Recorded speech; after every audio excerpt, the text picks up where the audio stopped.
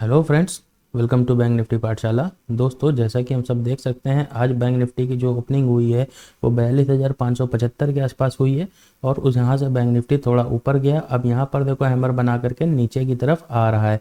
तो ऐसी सिचुएशन में कैसे ट्रेड करें, वैसे मैं आप लोगों को एक बात बता दूं, ये रैंडम बिल्कुल रॉ वीडियो में शूट करके अपनी प्राइस एक्शन वाली जो सीरीज़ है यानी जो उसकी प्लेलिस्ट है उसमें ऐड कर देता हूँ मैं।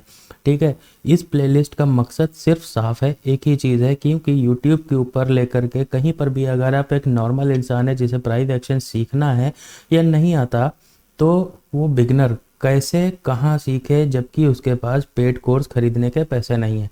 प्राइस एक्शन, प्राइस का मूवमेंट तो हर कोई यहाँ पर बता रहा है, पर उसे किस तरह से रियल मार्केट में अप्लाई करना है और प्रॉफिट लेके निकलना है। तो बेसिकली यहाँ पर वही चीज़ें हैं जो सामने आपके आती हैं, जो आपको रियल ट्रेड करने में कंफ्यूज करती हैं या दिक्कत देती हैं, जिसकी वजह से आप मार्केट में टिक नहीं पाते, रुक नहीं पाते, प्रॉफिट नहीं ले पाते। ये सारी वही चीज़ें यहाँ पर हल कर रहा हूँ मैं इस प्राइस एक्शन वाली सीरीज़ के थ्रू। और यहाँ पर इसीलिए ये रैंडम और बिल्कुल रॉ वीडियो डाल रहा हूँ। मैं आपकी जानकारी के लिए बता दूँ, पिछले पूरे वीक में मैंने ना है तो कोई यूट्यूब के ऊपर वीडियो डाली है और ना ही मैंने कोई ट्रेड लिया है, क्योंकि मैं अपनी कुछ पर्सनल प्रॉब्लम्स में फंसा हुआ था, जिसकी वजह से मैं घर से दूर था, अपने इक्विपमेंट से दूर था और बहुत ज़्यादा माइंडली डिस्टर्ब भी था, जिसकी वजह से मैंने ना तो यहाँ पर कोई भी ट्रेड किए हैं ना ही कोई वीडियो डाली है। आज मैं ट्रेड करने बैठा हूँ और ऐसे ही रैंडम वीडियो डाल रहा हूँ। बिल्कुल अभी अभी मार्केट में एंट्री हुई है मेरी, यानी 9:55 पे और अभी 10:02 हो रहे हैं। तो मैं क्या देखता हूँ, पिछले 3 दिन का जो डेटा है ना, यानी पिछले पिछले वीक का जो डेटा है ना, मैंने वो भी अभी तक की नहीं देखा कि हुआ क्या है मार्केट में। तो अभी मैं किस तरह से ट्रेड करूंगा, इन बारीकियों पर ध्यान देना, कैसे मैं लेवल बनाऊंगा, कैसे क्या करूंगा, इन सारी चीज़ों के ऊपर ध्यान देना, तभी आप समझ पाओगे कि कैसे प्राइस एक्शन को ट्रीट करते हैं। अब जैसे मैं चाहे पूरा वीक मैंने मार्केट नहीं देखी, क्या हुआ मार्केट में, जस्ट अभी आया हूँ। अब देखूंगा क्या, मैं सबसे पहले क्या सेंटीमेंट देखूंगा, कैसे क्या करना है, वो सब चीज़ें डिटेल में समझेंगे। सबसे पहले मैं जाऊंगा डेली टाइम फ्रेम के ऊपर और यहाँ देखूंगा कि क्या हुआ है, क्या मार्केट किसी लेवल पर खड़ा है। तो देखो मार्केट का जो ये सपोर्ट था, यानी इस वीक में ये टूट चुका है। ठीक है, अभी कहाँ पर है मार्केट, मार्केट चल रहा है यहाँ पर, यानी अपने रेजिस्टेंस यानी कल के हाई के आसपास मार्केट पहुँचने की तैयारी में है या पहुँच चुका है। अभी जो यहाँ पर सपोर्ट मार्केट ने प्रीवियस डे के दिन लिया है, वो जब भी देखो हम लोग देखते हैं ना मार्केट को, तो उससे प्रीवियस की 2-3 कैंडल देखना बहुत ज़रूरी है। प्रीवियस यानी कि अगर आप डे टाइम फ्रेम पर हो तो भी, और अगर आप 5 मिनट के टाइम फ्रेम पर हो तो भी आपको पिछली प्रीवियस 2-3 कैंडल देखना चाहिए। वो कैंडल बताएंगी आपको कि मार्केट में क्या हो रहा है। एक भारी गिरावट देखने को मिली है, पहला पिन पॉइंट। दूसरा पॉइंट ये देख रहे हो ना, सपोर्ट, मार्केट ने सपोर्ट ले लिया इस लेवल के ऊपर आकर के। ठीक है, एक ये मार्केट का इंटरेस्टिंग सपोर्ट बन गया जिसे हम लोग यहाँ पर मार्क कर लेते हैं। अब मार्केट इसके नीचे नहीं गिरा, बंद होते होते थोड़ा सा मार्केट वापस ऊपर चढ़ा था। अभी के टाइम पर क्या हो रहा है, ये है कल के दिन का हाई, इसे मार्केट ने टच कर दिया है, क्रॉस नहीं किया है, प्रीवियस डे की क्लोजिंग है ये। तो अब हमें ट्रेड कैसे करना है वो समझ लेते हैं। सबसे पहले चलेंगे 30 मिनट के टाइम फ्रेम पर और यहाँ पर कुछ लेवल्स बनाएंगे हम लोग। सब पहले अगर 30 मिनट के टाइम फ्रेम पर देखें तो ये जो कैंडल है ना, ये प्रीवियस डे का जो ये हाई था, इसे तोड़ने की कोशिश कर रहा है। ठीक है, अब हम लोग यहाँ पर देखेंगे जोन्स कि कौन सी जोन यहाँ पर काम कर रही है, मतलब यहाँ पर सेलर कहाँ कहाँ पर बैठे हो सकते हैं, उन जोन को आइडेंटिफाई करेंगे। जैसे कि मैंने प्रीवियस वाली अपनी वीडियो में बताया आपको कि किस तरह से सप्लाई जोन और डिमांड जोन को बनाते हैं।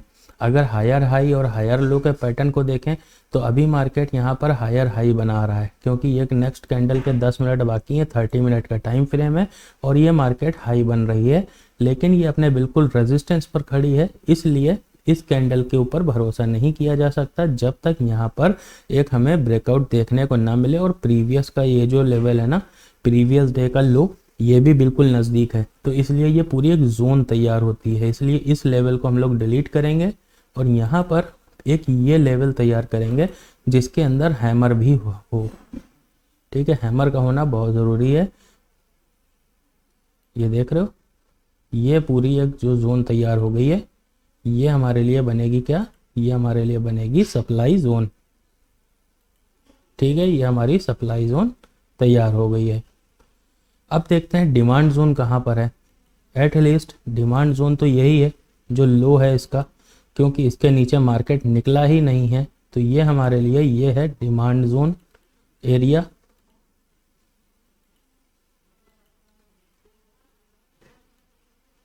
ये देखो, ये बनता है हमारा डिमांड जोन का एरिया।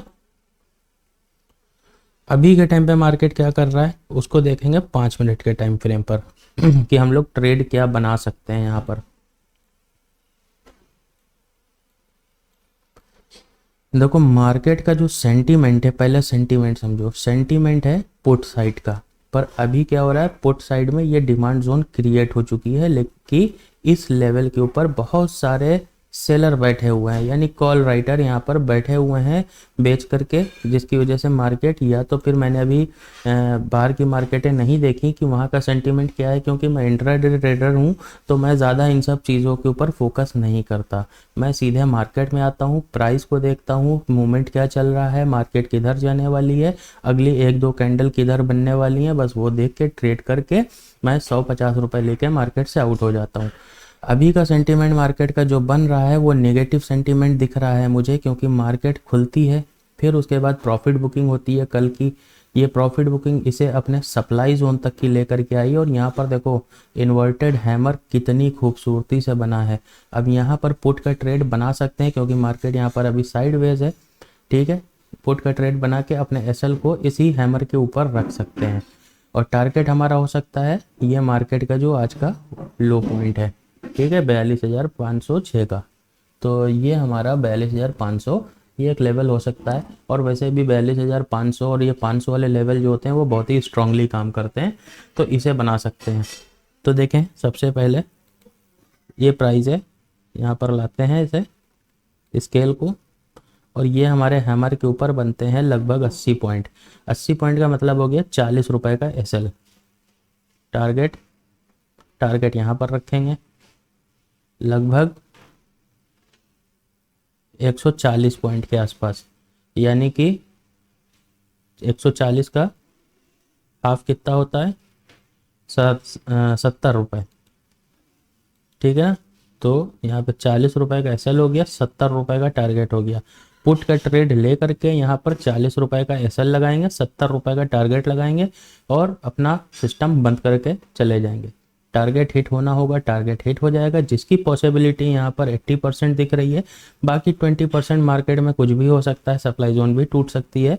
तो इस वजह से यहाँ पर एसएल अगर आया तो चुपचाप एसएल लेके निकल जाएंगे और ज़बरदस्ती के ट्रेड नहीं बनाएंगे। आज के दिन का हो गया, तो मैं लेने जा रहा हूँ यहाँ पर पुट की पोजीशन, और यहाँ पर अपना 40 रुपये का एसएल रखूँगा, 70 रुपये का टारगेट रखूँगा, जो कि एक लगभग ठीक ठाक पोजीशन है। मैं 1:1, 1:2 और 3 मैं इन सब चक्करों में नहीं पड़ता। मैं टारगेट को नापता हूँ, नाप करके प्रॉपर एसएल लगाता हूँ। एसएल लगाने के बाद जो टारगेट बनता है, बहुत बड़ा टारगेट नहीं, वैसे तो टारगेट अगर बड़ा बनाया जाए तो ये सप्लाई जोन के ऊपर मार्केट खड़ा है। एटलीस्ट अभी हो सकता है ये एसएल मेरा ले जाए, और सप्लाई जोन की ये जो डिजिटल लाइन है, यानी कि ये लाइन, अगर डिजिटल और प्रॉक्सिमल लाइन के बारे में आपको नहीं पता तो मेरी डिमांड जोन और सप्लाई जोन वाली वीडियो में मैंने आपको पूरी डिटेल में समझाया है। तो हो सकता है ये अपनी डिजिटल लाइन तक की मार्केट आए, तो अगर यहाँ तक आएगा और फिर यहाँ से डाउनफॉल आएगा तो भी हमारा एसएल चला जाएगा। ठीक है, लेकिन एसएल हम छोटे ही बनाते हैं। अभी यहाँ पर सिनेरियो ये है, मार्केट आ तो सकता है डिमांड जोन तक, यहाँ तक आ सकता है, लेकिन इतना लंबा वेट नहीं करना। इंट्राडे में बहुत बड़ी पोजीशन को लेकर के इतना होल्ड नहीं करते हैं। तो एटलीस्ट हमारा जो टारगेट है वो बस यही है, 42,500 का। मार्केट पुट में गिरे, यहाँ पर आए और हम लोग अपना यहाँ पर टारगेट बुक करके निकलें।